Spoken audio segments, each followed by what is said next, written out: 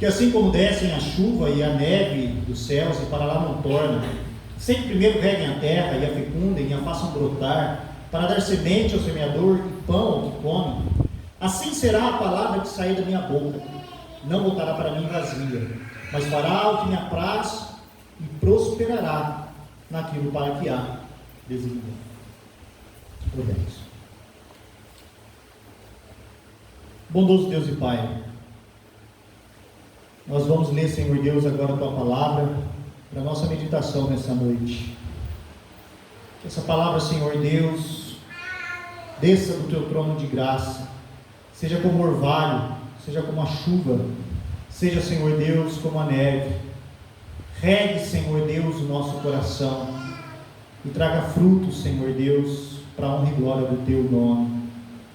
Que ela possa prosperar, Senhor Deus, em nossas vidas. Use, Senhor Deus, a Tua voz para alcançar cada um de nós e para nos fazer segundo a imagem de Cristo Jesus. Que essa palavra não volte vazia, mas que ela cumpra o propósito na vida de cada um aqui, Senhor Deus. Por isso eu te peço, venha abençoar a leitura, a exposição e a aplicação da Tua palavra em nossas vidas. É isso que eu te peço, em nome de Cristo. Amém. Atos dos Apóstolos, capítulo 16.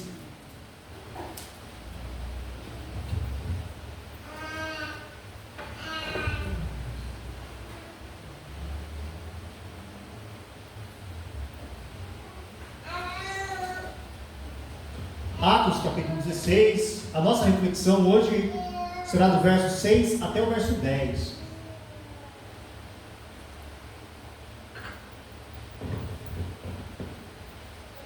Atos capítulo 16, do verso 6 ao verso 10, a palavra do Senhor nos diz assim: E percorrendo a região frígio-gálata, tendo sido impedidos pelo Espírito Santo de pregar a palavra na Ásia, defrontando Mísia, tentavam ir para Bitínia, mas o Espírito de Jesus não permitiu.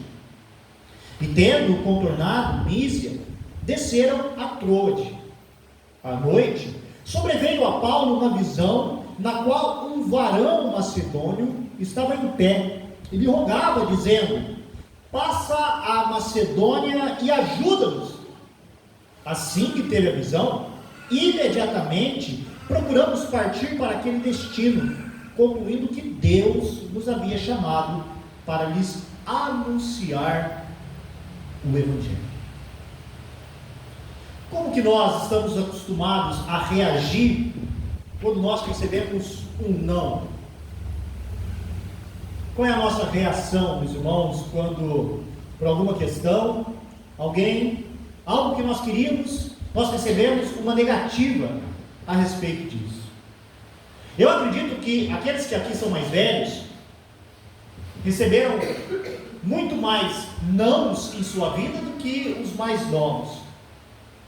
E é verdade, meus irmãos, que os mais velhos cresceram numa época em que recebia-se muito mais não. Hoje, as crianças, os nossos filhos, os netos, eles recebem muito mais sim do que não. E alguns dizem, meus irmãos, que isso também tem gerado uma certa geração que não sabe lidar com as dificuldades, com os nãos, com as negativas da vida. Uma vez que as coisas são mais fáceis, os sims são mais fáceis. Então, quando eles recebem um não, eles têm imensa dificuldade em aceitar esse não. Mas convenhamos, todos nós temos dificuldade em receber um não. Seja alguém mais novo, as crianças, os adolescentes que aqui estão, ou sejam os mais velhos. Nós temos grandes também dificuldade de receber um não. Nós veremos, meus irmãos, o apóstolo Paulo recebendo alguns nãos de Deus. Lembremos que nós estamos no início da segunda viagem missionária do apóstolo Paulo. Viagem essa que teve início lá do verso 36 do capítulo 15. Após o concílio de Jerusalém, a decisão que havia sido tomada pelos apóstolos e presbíteros com relação à circuncisão, Paulo, juntamente agora com Silas, decidem retornar à região da Galácia, né? A região da Galácia, especialmente a Galácia do Sul, e visitar aquelas igrejas onde eles haviam passado, a região da Síria, da Cilícia, confirmando aquelas igrejas. Na semana passada, nós vimos, meus irmãos, que naquele retorno eles passam por Derbe e Listra, e lá encontra um jovem chamado Timóteo, discípulo do Senhor, um jovem temente a Deus, que já se destacava naquelas igrejas daquela região. E nós consideramos naquelas duas oportunidades que o reino do Senhor está avançando, e que o reino do Senhor avança apesar das nossas diferenças, como nós falamos a respeito da desavença entre Paulo e Barnabé. E nós vimos, meus irmãos, que o reino do Senhor avança também quando o Senhor levanta novos servos, novos homens para trabalhar na sua obra. Porque uma vez que Barnabé e Marcos foram para a região de Chipre, agora Paulo e Silas foram, como eu disse, para a região da Galácia do Sul. E agora eles recebem a ajuda de Timóteo. E como diz no verso 5, eles estavam passando e vendo que as igrejas eram fortalecidas na fé e dia a dia aumentavam em número.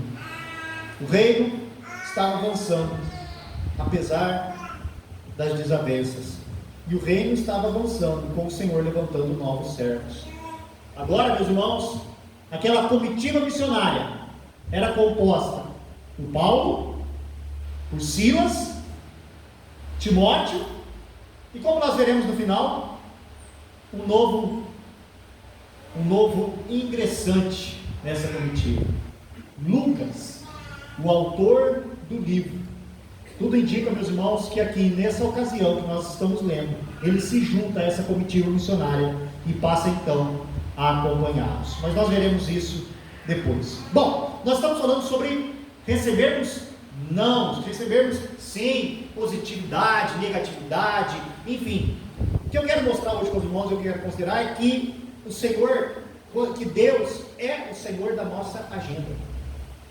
Que Deus é o Senhor da nossa agenda. E quando Deus é o Senhor da nossa agenda, esse é o nosso primeiro ponto. Nós devemos receber o não de Deus com submissão. Quando eu entendo que o Senhor é o Senhor da minha vida, que Ele governa a minha vida, que Ele é aquele que dita como que vai funcionar a minha agenda, quando Ele dá um não para mim, eu devo receber esse não com submissão. Vejamos o verso 6 e o verso 7 do nosso texto. E percorrendo a região frígio-gala, tendo sido impedidos pelo Espírito Santo de pregar a palavra na Ásia, defrontando Mísia, tentavam ir para Bitínia, mas o Espírito de Jesus não o permitiu. Percebam, meus irmãos, aquele grupo estabeleceu um plano, eles tinham uma rota, eles queriam seguir viagem rumo à Ásia, como deixa claro aqui. Eles estavam percorrendo rumo ao norte, saíram de Antioquia, passando por Derbe e Listra, e seguindo a região para o norte, para a região frígio-gálata. Eles queriam agora voltar para o lado do leste e ir para a região da Ásia. Esse era o plano do grupo de Paulo, Silas e Timóteo. Eles tinham um plano, eles tinham uma rota, eles queriam seguir viagem até a Ásia, e lá, como diz muito claro, para pregar a palavra. Eles queriam anunciar o Evangelho. E pensemos, meus irmãos, que plano maravilhoso! Que bênção seria poder levar o Evangelho em terras que ainda não tinham ouvido a respeito de Cristo Jesus. Assim como era a região da Ásia, nós não temos relato de nenhum dos discípulos, dos apóstolos, indo até o presente momento para aquela região. E Paulo diz: eu quero ir para lá agora. Que plano excelente esse plano! Vamos agora levar o Evangelho às terras que ainda não ouviram a respeito de Jesus Cristo. Esse era o plano deles, mas não era o plano de Deus. Esse não era o plano de Deus. Essa não era a agenda de Deus. Essa não era a rota que Deus havia determinado. E aí é dito, meus irmãos, que eles foram então impedidos pelo Espírito Santo. Quem os impediu foi o Espírito Santo. Nós não sabemos como que se deu esse impedimento. Mas o que nós sabemos é que algo foi feito pelo Espírito para que eles não fossem para a região da Ásia. Esse é o primeiro não. Eles queriam ir para a região da Ásia. O Espírito disse não. No verso 7 eles recebem outro não. Eles então, defrontando Mísia, eles tentavam ir agora para a região da Bitínia, mas o Espírito de Jesus não permitiu. Mais uma vez, eles querem ir para a Ásia, o Senhor barra o caminho, impede a ida deles. Agora eles se voltam para a região da Bitínia, e mais uma vez o Espírito diz não. É interessante porque no verso 6, o Espírito é tratado como Espírito Santo. O verso 7 é tratado como Espírito de Jesus. E ele pode ser designado como Espírito de Deus, mostrando, meus irmãos, que o Espírito é aquele que é a terceira pessoa da Trindade, que ele faz parte do Deus Trino, que é o Espírito de Deus, é o Espírito de Jesus e é o mesmo Espírito. E o que nos mostra, meus irmãos, que é o Espírito que guiava a igreja, é o Espírito que conduzia os apóstolos. Nós cantamos e lemos a respeito de sermos guiados pelo Senhor. E quem guiava a igreja, quem guia a igreja, é o Espírito Santo. Como nós falamos lá na introdução do livro de Atos, que alguns dizem que Atos dos Apóstolos talvez não fosse o melhor nome para o livro, mas talvez Atos do Espírito Santo. Porque, meus irmãos, o que nós vemos é o Espírito Santo agindo na igreja, é o Espírito Santo agindo na vida dos apóstolos, e aqui impedindo os apóstolos de seguirem viagem. Ou seja, o Espírito Santo atuando no meio do seu povo, dando direção e mostrando a sua soberania. Porque, meus irmãos, uma força, uma energia não faz o que o Espírito Santo faz. O Espírito Santo é aquele que impede, o Espírito Santo é aquele que não permite, o Espírito Santo é aquele que age soberanamente sobre a vida da igreja. Pensemos, meus irmãos, não havia nada de ilícito no plano deles. Pelo contrário, era um plano piedoso. O propósito era piedoso, o propósito era louvável. Era pregar a palavra na região da Ásia, era apresentar o Evangelho na região da Bitínia. O que havia de errado no plano deles? Nada. Mas mais uma vez eu digo, não era o plano de Deus, não era a vontade de Deus. E por vezes, meus irmãos, nós planejamos e queremos coisas que são lícitas, planos que podem ser até piedosos, e recebemos o não de Deus. O Senhor impede, o Senhor trava, o Senhor fecha. Mas eu queria que isso acontecesse na igreja, eu queria que isso acontecesse na minha família, e eu planejo isso, e as coisas não saem como nós planejamos. E é o Senhor dizendo não, não.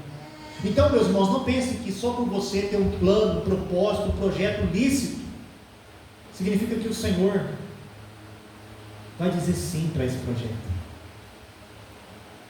Nós precisamos lembrar que as nossas vidas estão nas mãos do Senhor, do começo ao fim. Deus Ele é o agente da nossa agenda, é Ele que reina sobre as nossas vidas, sobre os nossos sonhos, sobre os nossos projetos. É Ele que reina em nossos corações, e assim deve ser, do começo ao fim. O Salmo 139 diz que todos os nossos dias foram escritos e determinados quando nenhum deles havia ainda. Deus já registrou, já decretou, já prescreveu. Toda a nossa vida, toda a nossa agenda está nas mãos do Senhor. Então, uma vez, meus irmãos, que reconhecemos que a nossa vida está nas mãos do Senhor, nós devemos nos submeter a esse governo gracioso de Deus sobre a vida de cada um aqui. E nós precisamos lembrar e ter a certeza de que os planos de Deus são infinitamente maiores e melhores do que os nossos. Não foi isso que a gente leu em Isaías 55? Os meus pensamentos são maiores do que os vossos pensamentos. Os meus caminhos são maiores do que os vossos caminhos. Talvez nós estejamos com um pensamento e com um caminho, traçando um projeto, um sonho, talvez iniciando o ano e pensando, esse ano eu quero isso, isso e isso. e coisas piedosas, e coisas santas. Mas a gente não sabe o que o Senhor prepara para nós. Mas nós devemos ter a certeza de que os pensamentos e os caminhos do Senhor são maiores e melhores do que os nossos pensamentos e os nossos caminhos.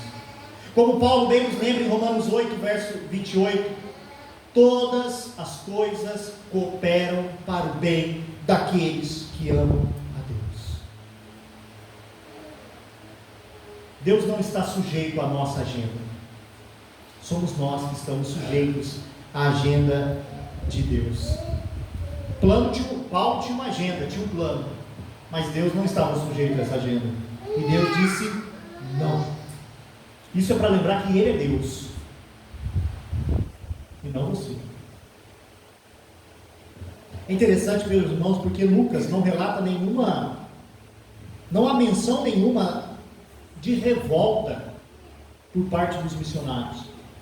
Porque pode ser algo que nós teremos, ou talvez seja algo que nós temos. Quando o Senhor nos diz não, nós nos revoltamos, dizendo: por que, Senhor? O meu plano é bom, a minha ideia é boa. Olha o que eu estou pretendendo com isso, Senhor Deus. E o Senhor vem e diz não. E a gente se revolta, e a gente esguela como uma criança birrenta. Não parece haver nenhuma menção de revolta por parte dos missionários. Eles não se revoltam. Até mesmo no verso 1 diz: e tendo então contornado Pisa, desceram para Troade. Tipo assim, o Senhor fechou aqui, o Senhor barrou ali, bom, viramos então e descemos para Troade. Não se revolte, não murmure quando Deus disser não. O apóstolo Paulo aprendeu isso. Ele aprendeu isso. Na segunda carta aos Coríntios, capítulo 12, nós temos a conhecida história do espinho na carne do apóstolo Paulo.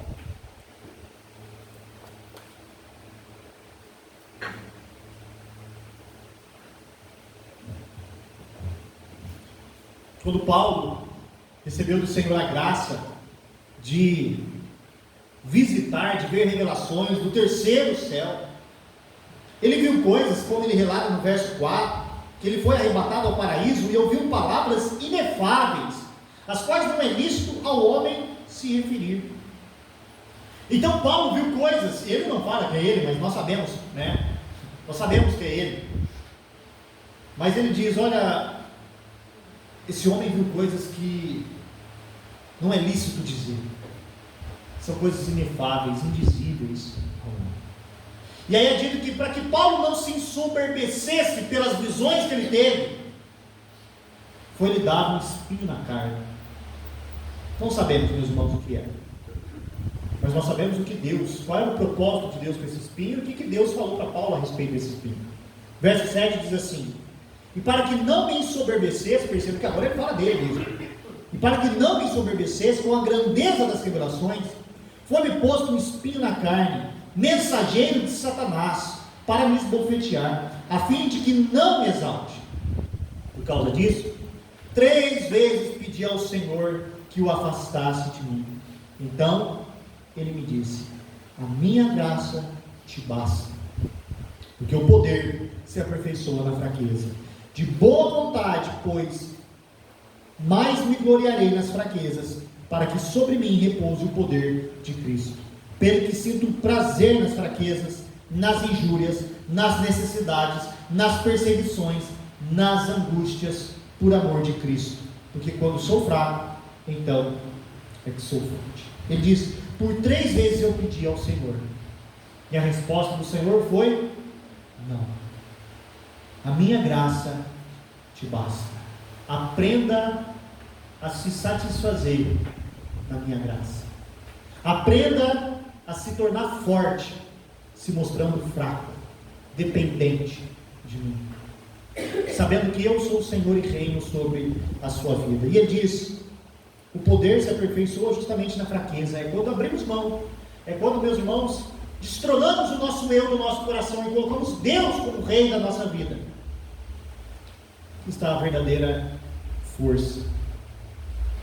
O poder, e Paulo diz: eu vou então me gloriar das minhas fraquezas, para que sobre mim repouse o poder de Cristo.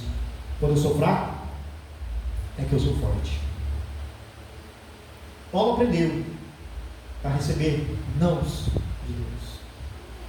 E meus irmãos, como eu disse, quando Deus nos diz um não é para se voltar contra o Senhor, não é para esgoelar, espernear, se levantar contra Deus, é para se mostrar submisso.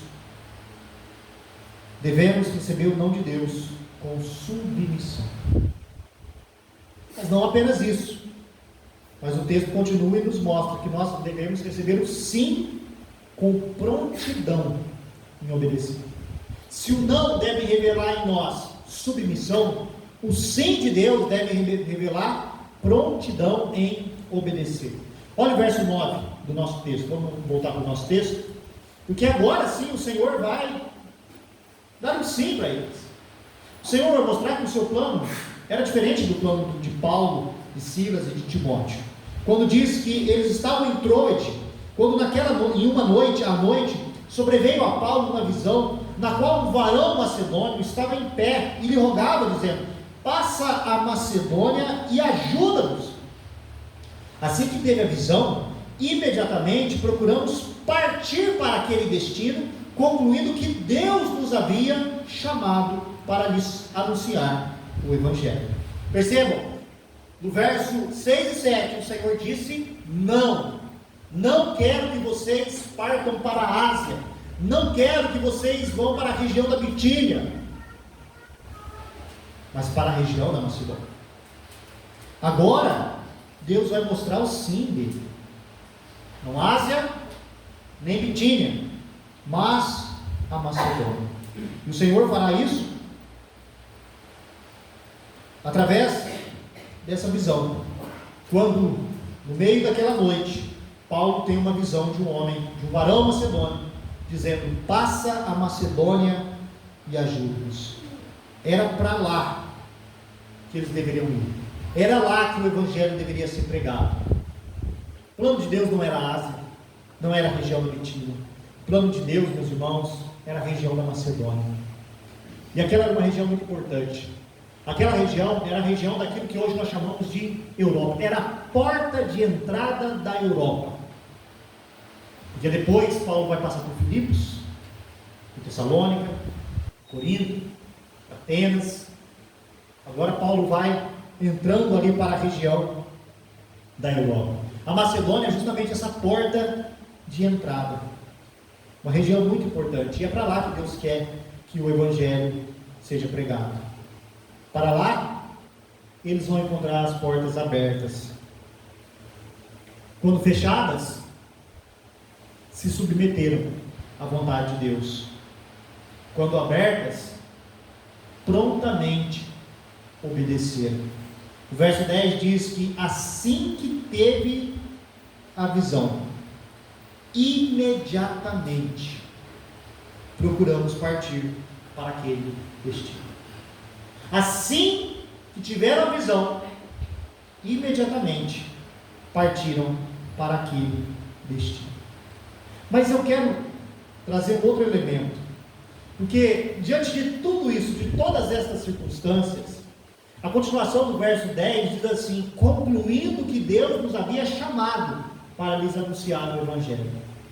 Que então percebam, há uma prontidão em obedecer, imediatamente partiram para aquela região, mas percebam que houve uma reflexão sobre isso, porque essa palavra concluíram, ela tem a ideia de uma conclusão que se chega através de uma reflexão, de critérios que foram levantados, de algo que foi ponderado. A ideia, meus irmãos, é que eles juntaram as peças. Então não foi apenas a visão que motivou que eles seguissem para a região da Macedônia, mas todo o conjunto da obra, todas as ações ou reações que tiveram, porque eles viram as portas se fechando para a região da Ásia, eles viram as portas se fechando para a região da Bitínia, eles agora estão em Troade e tem essa visão desse varão macedônio chamando: passa a Macedônia, venha para essa região e venha nos ajudar. Eles entendem, eles concluem, eles chegam então à resposta de que era para lá que Deus estava chamando, concluindo que Deus nos havia chamado para lhes anunciar o Evangelho. Eles juntam as peças. E eu não sei se os irmãos estão lembrados, mas eu acho que foi o ano passado. Foi esse ano não, acho que foi o ano passado. Nós tivemos um trimestre aqui na escola dominical tratando sobre discernir a vontade de Deus. Discernir a vontade de Deus. Nós não usamos a expressão revelar a vontade de Deus, porque a vontade de Deus não está oculta. Ela está clara e revelada na Escritura. Mas o Senhor nos guia pela Escritura e também pela providência. E nós precisamos, por vezes, meus irmãos, para discernir a vontade do Senhor, juntar as peças, entender para onde que o Senhor tem nos levado, aonde que Ele está fechando portas, aonde que Ele está abrindo portas, aonde que a palavra dele está dizendo que aqui é certo, aqui é errado, para aprendermos e concluirmos então qual é a vontade do Senhor. Como eles concluíram que Deus estava chamando para anunciar o Evangelho naquela região.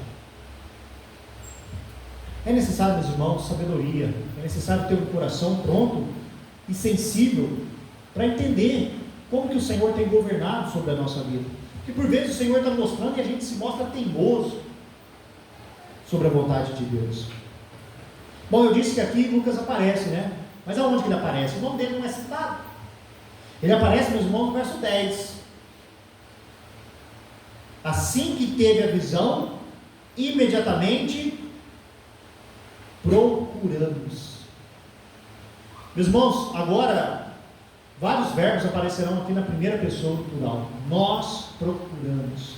Antes era a terceira, eles, Paulo, Silvano, Silas, Timóteo, Paulo, Barnabé, eles. Agora, nós. Então, tudo indica, meus irmãos, que a partir daqui, o autor do livro, Lucas, que também vai ser o autor do Evangelho, ele se junta a esse grupo e segue viagem com eles. Alguns levantam a possibilidade de que Lucas fosse de Troade, daquela região da Macedônia, e ali ele conheceu o apóstolo Paulo.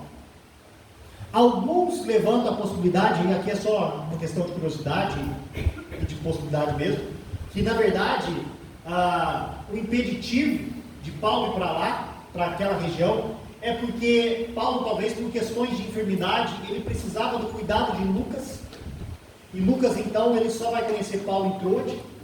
Então Deus não queria que ele fosse para lá, porque Paulo, lembremos que Lucas era médico, né? Então como se Lucas fosse cuidar de Paulo, por isso se dirige à região de Troade. Enfim, são apenas possibilidades, meus irmãos, mas o que nós sabemos é que Lucas, a partir daqui, ele segue viagem com esse trio, ele vai fazer parte dessa comitiva. Bom, deixa eu concluir e trazer algumas aplicações para a nossa vida.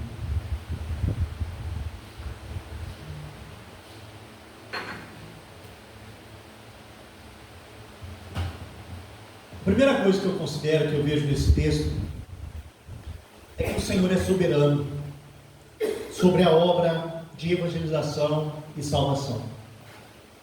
O Senhor é soberano sobre a obra de evangelização e salvação. Sabe por quê, meus irmãos? Romanos 10, 17 nos ensina que a fé vem pelo ouvir e ouvir da palavra de Cristo. Palavra do Senhor. Não há fé se não houver pregação. E a intenção do apóstolo Paulo era pregar a palavra na Ásia. Se a palavra não foi pregada na Ásia naquele momento, não houve salvação na Ásia naquele momento. Não era a hora, não era o momento, não era o plano de Deus. O plano de Deus é: eu quero que se pregue a palavra na Macedônia, naquela região. Mas como assim o Senhor não quer que homens e mulheres sejam salvos na região da Ásia? Não naquele momento. Não naquele momento. porque se quisesse ele teria enviado outros. Tá? Mas não foi o que aconteceu, irmãos. Não, escute o que eu estou dizendo, não me interpretarem mal. Não naquele momento. O Senhor é soberano sobre a obra de evangelização e salvação. E meus irmãos, o pouco que nós estudamos a respeito de missões, nós vemos que muitos missionários, eles tinham no coração o propósito de irem para algumas regiões, e o Senhor os conduziu para regiões totalmente diferentes daquilo que eles desejavam. O Senhor é soberano na obra de evangelização e de salvação. Não há fé sem pregação. E quando as coisas não saem, meus irmãos, como nós esperamos, muitos evangélicos hoje dizem que é o inimigo. É o inimigo que não quer, é o inimigo barrando, é o inimigo fechando portas. É costume dos evangélicos atribuírem todos os obstáculos, todos os empecilhos, todos os nãos ao inimigo. Isso é obra do inimigo. A igreja não avança, a obra missionária não vai porque é obra do inimigo. Cuidado, meus irmãos. Eu não estou dizendo que o inimigo não age, mas cuidado, porque talvez esse inimigo possa ser o próprio Deus. Esse inimigo que nós dizemos, e eu uso inimigo aqui entre aspas, tá? Talvez esse inimigo que nós estamos dizendo, que não deixa que as coisas possam fluir, que os nossos planos possam prosperar, talvez seja o próprio Deus dizendo: não, eu não quero, não é esse o meu plano, não é essa a minha agenda. Isso não significa que nós não devemos fazer planos. Texto bastante conhecido de Provérbios 16:1 diz que o homem faz planos, que o coração do homem faz planos, mas a resposta certa vem dos lábios do Senhor. O Senhor nunca disse para não planejarmos, mas o que o Senhor está dizendo é: a minha vontade prevalecerá. O meu plano, a minha agenda, o meu propósito prevalecerá sobre os planos e propósitos de vocês. E eu acredito, meus irmãos, que todos aqui já tivemos experiências assim. Experiências de recebermos não de Deus. De algo que nós planejamos, desejamos, projetamos, e no decorrer do caminho, nós vamos vendo o Senhor fechando portas. Não era a vontade de Deus. Não era a vontade de Deus. É assim que o Senhor Jesus Cristo nos ensina. Na oração dominical, na oração do Pai Nosso, que nós lemos no início do nosso culto, o Senhor nos ensina que nós devemos orar assim: Pai Nosso que estás nos céus, santificado seja o teu nome, venha o teu reino, faça-se a tua vontade, assim na terra como no céu. Faça-se a tua vontade. Como que nós precisamos disso, meus irmãos? Como que nós precisamos aprender e nos submeter à vontade de Deus? Pai, faça a tua vontade. Se o não for a tua vontade, que assim seja. O nosso Senhor Jesus Cristo experimentou isso. Antes da crucificação, ele em angústia, orando ao Senhor, ele clamou: Pai, se possível, passa de mim este cálice, contudo, que não seja feita a minha vontade, mas a tua. E a resposta de Deus foi: não. Não. Não passarei. Tanto é que no final o Senhor diz: eu tenho que beber esse cálice. Ele diz aos seus discípulos: eu preciso beber esse cálice.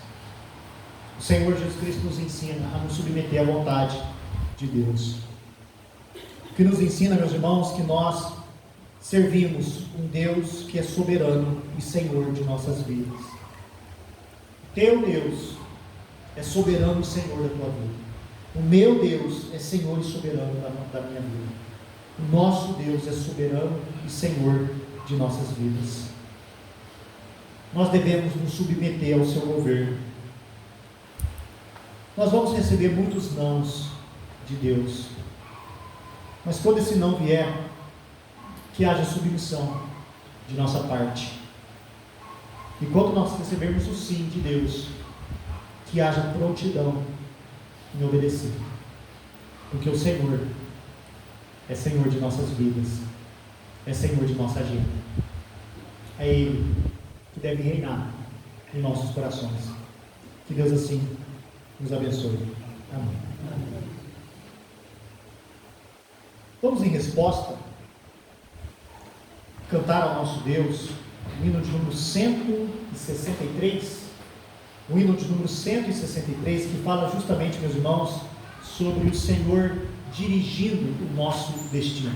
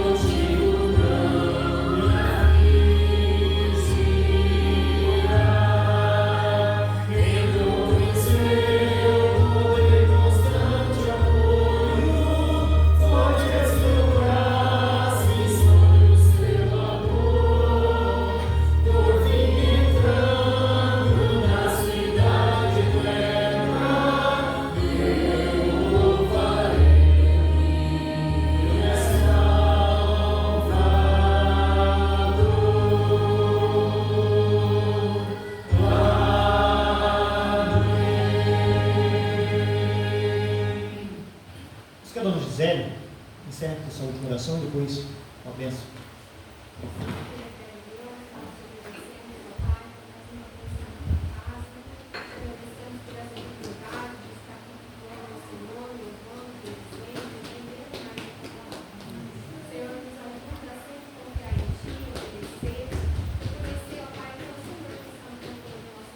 Amém. Amém, Pai.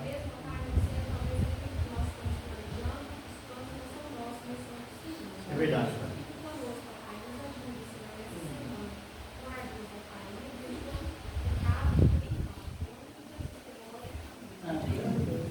Que a graça do nosso Senhor e Salvador Jesus Cristo, o amor de Deus, o nosso eterno e soberano Pai, a comunhão, a direção, a santificação do Espírito Santo esteja sobre todo o povo do Senhor que aqui está presente, hoje e para todo sempre. Amém.